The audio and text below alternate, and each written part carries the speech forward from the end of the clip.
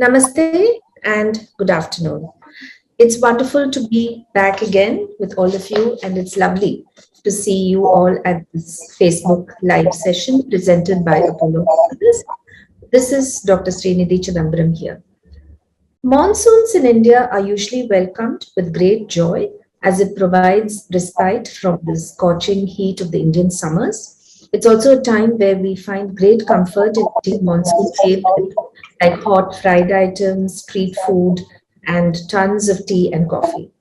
But monsoon rains also bring an increased risk of various allergies, digestive problems, and infections. Food can get more easily contaminated by harmful microorganisms. Poor sanitation, stagnant water, unhygienic street food, cooked in low quality oil, and contaminated water can cause many infections, which are more prevalent during the monsoons, and they can include cholera or typhoid or stomach viral infections as well as hepatitis.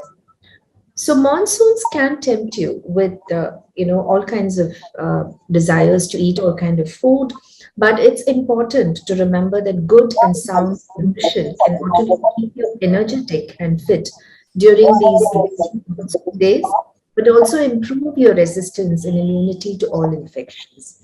To discuss this in detail and guide you on what to eat to feel good, feel satisfied, and also maintain health and well-being during the monsoon season, I'm delighted to welcome Ms. Harita Shyam, who's the Chief Clinical Nutritionist of Apollo Hospitals. Ms. Harita Shyam has an MSc in Nutrition and Dietetics, a PG Diploma in Preventive and Preventative Care, and has been a registered dietitian since 2007. She is a specialist in disease-specific nutrition advice, critical care nutrition, and has been practicing at Apollo Hospital since the last 20 years. She has been part of the faculty in the Apollo School of Nursing and the course coordinator, faculty in the PG Diploma course in Preventive and Promotive Healthcare, as well as a faculty in the Fellowship in Nutrition PG Diploma in MedVarsity. She has published in the Indian Journal of Nephrology, has been a CME speaker in several conferences and CMEs organized in the field of nutrition, and has also been a guest speaker in several corporates, has guided several students, over 200 of them in fact, for internship as part of their master's program for SV University, Padmavati University, the IGNOU, Osmania University, Nagpur University, and such organizations, and is also a member of the Indian Dietetic Association, Nutrition Society of India, and also the Indian Society of Parenteral and Enteral Nutrition. Ms. Harita Shyam, welcome to this Facebook Live session. Thank you so much for joining us. So let's begin by first of all asking, why is it required to even talk about specific dietary changes during the thank you for having me here today. I think one of the major reasons of looking at diet during monsoons definitely is, one of the prerequisites is to prevent any kind of the disorders that we typically are more aware of. We see a lot of gastrointestinal disturbances. We see that people fall sick more often due to the viral during this period. And also one is succumb to various viral infections. So the best way to prevent all of this is certainly to take care much ahead of when they occur. And while medications and multivitamins are available, food becomes, or nutrition becomes, one of the best armors in our pocket to be able to try and prevent this. So if you're able to kind of put yourself in the best possible situation, best possible nutritional intake, you can, to a very large extent, kind of prevent them or get yourself equipped to be healthy enough to beat all these disorders. So during the monsoon season, what are the common dietary mistakes that people make? As you already mentioned in your introduction, this is a period where mostly we are tempted to eat a lot of street food especially the spicy food, oily food. And you will see that whether in terms of contamination or whether in terms of the unhealthy street food or the unhygienic food that we consume, one of the predominant conditions that people land up with, even get hospitalized with, is definitely the gastroenteritis or any kind of a gastrointestinal disturbances that they have. So that is one of the most common things that is observed. Apart from that, weak immunity also leads to being succumbing to various viral infections, and we can see how a nutrition can help prevent, or what are the points that we can consider, we can take care of, so that we are not facing all this during this season. So, according to good nutritional practice, what foods do you think should be actively introduced or included during the rainy season?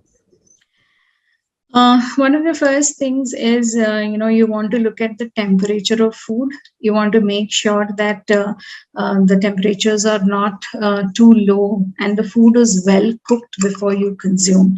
When you have food which is uncooked, kept outside for a long period of time, or not stored at appropriate temperatures, you see that the possibility of contamination is going to be very, very high. So you would want to take care of those temperatures to prevent any kind of an infection that could be coming out of it. Other than that, infections could also happen depending upon the handlers, depending upon the hygienic situations in the food preparation area. It could be home, it could be in a hotel that you're eating, it could be outside wherever you're eating. So that's the larger aspect of contamination that you can take care of. In terms of including food, as we see that the outside environmental temperatures are very, very low, the body temperatures also tend to go down, and therefore you want to always focus on eating food which is warm or food which is hot. It not only brightens us up, it also gives us a warmth feeling, evens out and betters the body temperature, and at the same time make sure that we are having food at a certain temperature. So chances of infections and chances of any kind of a microorganisms which might disturb the GI are also kind of taken care of.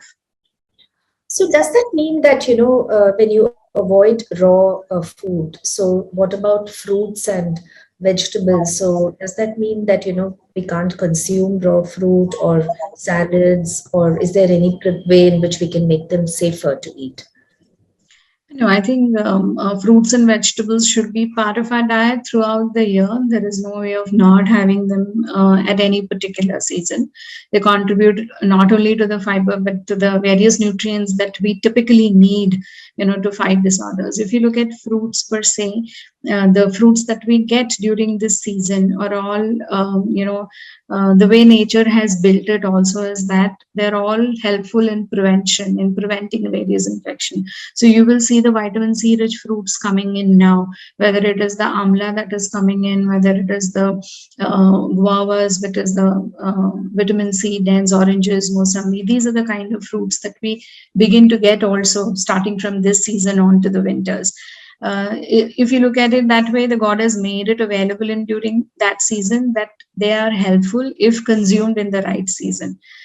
So vitamin C is rich in antioxidants. It's great in preventing various infections. A simple cold and cough that we are susceptible to, that can also be, that prevention or that immunity can also be built up by consuming a lot of vitamin C rich foods.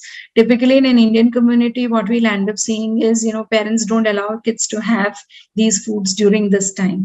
In fact, it is the contrary. We need to build up on vitamin C so that the immunity is built and we receive that antioxidant properties. So yes, a lot of vitamin C rich fruits need to be consumed, which are going to be locally and seasonally available. With regards to vegetables as well, one of the prime things that we want to look at is we want to keep our gut clean. We want to keep our gut detoxified. So eating a lot of vegetables, which gives a fiber in the diet, does help us do that. and therefore a regular intake of fruit and vegetable needs to be there. From the point of consuming raw fruits, yes, raw vegetables, we do have that concern, but if you're making it at home, if it's a salad that if it's a vegetable that is well sanitized and consumed, if it is prepared then and there rather than being stored over a period of time, I think that simply can take care of the concerns that we have around that. Is there any truth to the belief that the digestion is a bit impaired during the monsoon season, and that there are certain foods that you should not consume? The addition may be slowed down, but foods in terms of, you cannot be consuming what you normally consume. So it's not a particular food item. It is around where you consume it and whether it is hygienic or not.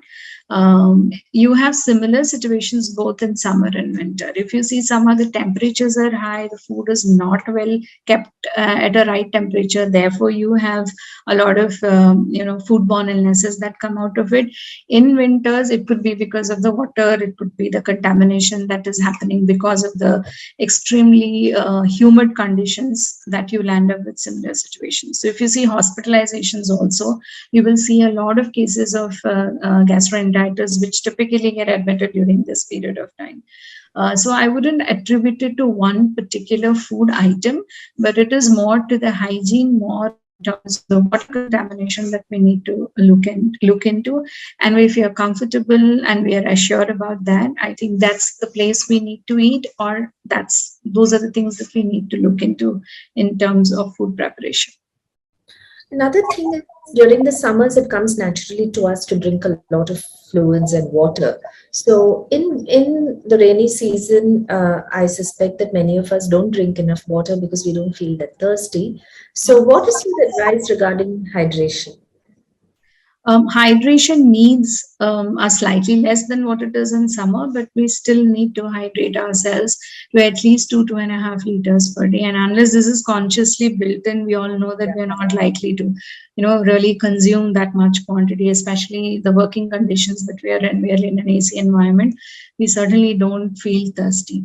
So the only way to consume is to keep your said amount of water on your table so that it's visible and be consumed.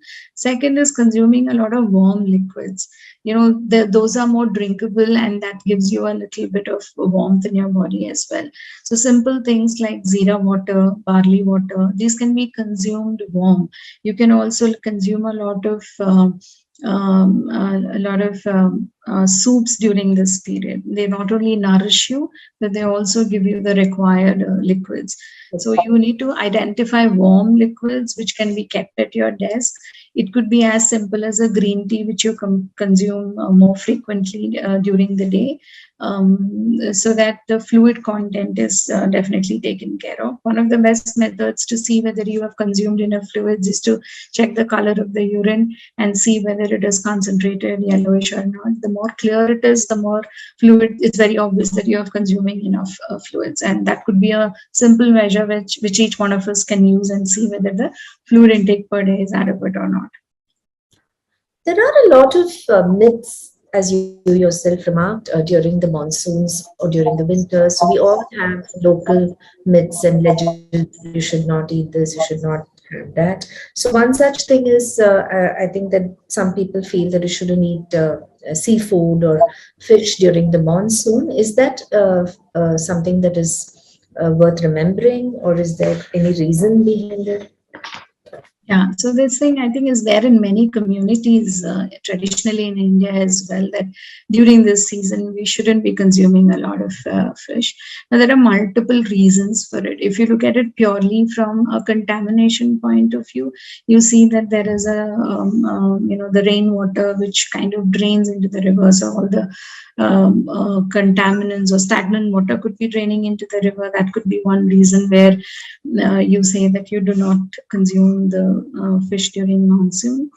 But another one major reason is this is a period where the fish are breeding, and you see the government rules also for about 61 days there is a ban on fishing, and the fishermen do not venture into fishing during this period. So you would want that environmental balance to happen. You would want the fish to reproduce and be available for the entire next season.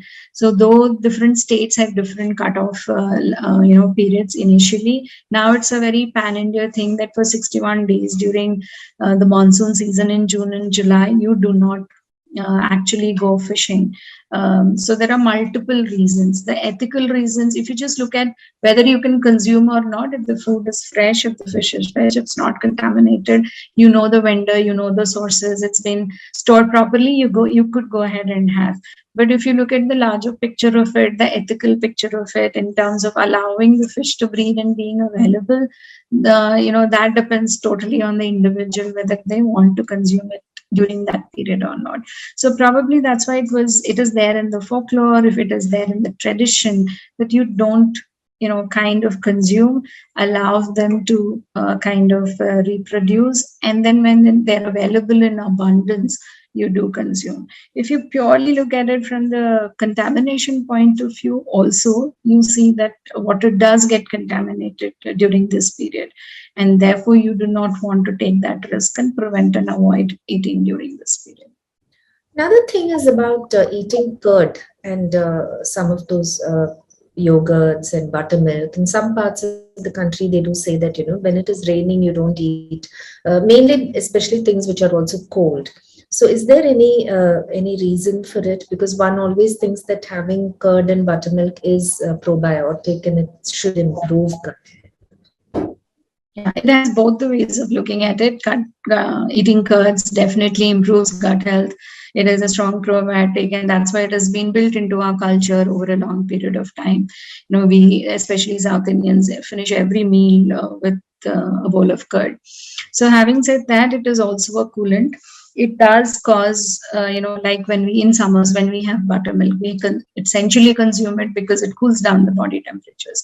If the environmental temperatures are already cold and you're already having issues with that, during that period, or when the temperatures are extremely low, probably it's a good idea to focus more on warmer liquids rather than having curd or buttermilk itself. In fact, if you see in our culture, you can modify the way it is done. In this instance, you can make a curry out of it, you can make a raita out of it, you can make a more curry or a magic charu out of it and have it, and that cuts down the absolute coolness that is there and still give you the benefit of the probiotic. So changing the form in which it is had probably is more helpful rather than cutting it out completely from the diet. Are there any spices and herbs which are particularly beneficial during the monsoon? Because one hears we have things like turmeric and ginger, which so are they? Is it required to consume more of such things during the monsoons? Anything that detoxifies our gut definitely will be helpful. If you see, if you want to keep your gut healthy, simple herbs which we consume, like zira, if you consume that in a boiled form on a regular basis, your stomach health definitely is maintained. These days, all of us are into a lot of herbs. We are aware about the post-COVID situation and are consuming it in small quantities as a herbal tea, or a mild herbal tea, I would put it at, is definitely having that protective effect. If that can be consumed warm as a tea, I think that's something that we can keep in our daily diet. It's not particularly that you consume this helpful in only monsoon. I'm not putting it there. As a concoction, as a herbal tea, many benefits are there. So you can use tulsi, which has an antiviral property, antibiotic property. You can definitely use turmeric, as you mentioned, because it has an active component called curcumin. Curcumin has a strong antibacterial property, has a strong antioxidant property. You could consume fresh fresh turmeric. Some communities actually pickle the turmeric strands and have it, and that's the best and the freshest form of having it. You can consume it as a tea, you can put it in your food and have it. If you have major gut health issues, then you consume the active form of curcumin, which is these days available in the form of a capsule. So depending upon the degree of issue that I have, I may variate which form I am having it. But yes, having foods which are rich in their antioxidant property, whether it is coming from the tulsi, it is coming from the turmeric, certainly is very, very helpful. And we all need to look back and see if that's been there in our tradition and how do we reintroduce that back into our daily life. Absolutely. So it is, of course, we always say it's better to eat at home, but then many people do not have that choice, so one has to eat out sometimes. So what foods are safest when you have to eat out during the season when there's a lot of stagnant water about and it's raining and things are not really like, nice and dry. So how do you choose a place to eat? I mean, what should you look for? Yeah, so I think predominantly Indian kind of food is cooked food. So let's say you are eating a meal outside. We don't eat anything particularly raw. We don't eat a cold salad, or we don't eat a sandwich per se, which is, a cold sandwich. So that way we have that protection that if you're eating a cooked meal, it is cooked pretty much to high temperatures. We don't half cook meals and have. So mostly we have that kind of a protection. So broadly saying, we need to ensure that we are having cooked food to make sure that the microbes, which are probably contaminants, are taken care of. So if you're having a fruit juice, or if you're having a cut fruit, if you're having something like a sugarcane juice, you want to be very, very careful that these are procured or you're consuming from an extremely hygienic place. Otherwise, all these come under uncooked category, and therefore there is a very big possibility that they are contaminated. And even at home, is there any particular extra hygiene in the kitchen that needs to be followed during this season? The basic hygiene standards of keeping the place clean, trimming off the vegetables and fruits of the extra portions, as well as any doubtful portions that you have, will be helpful.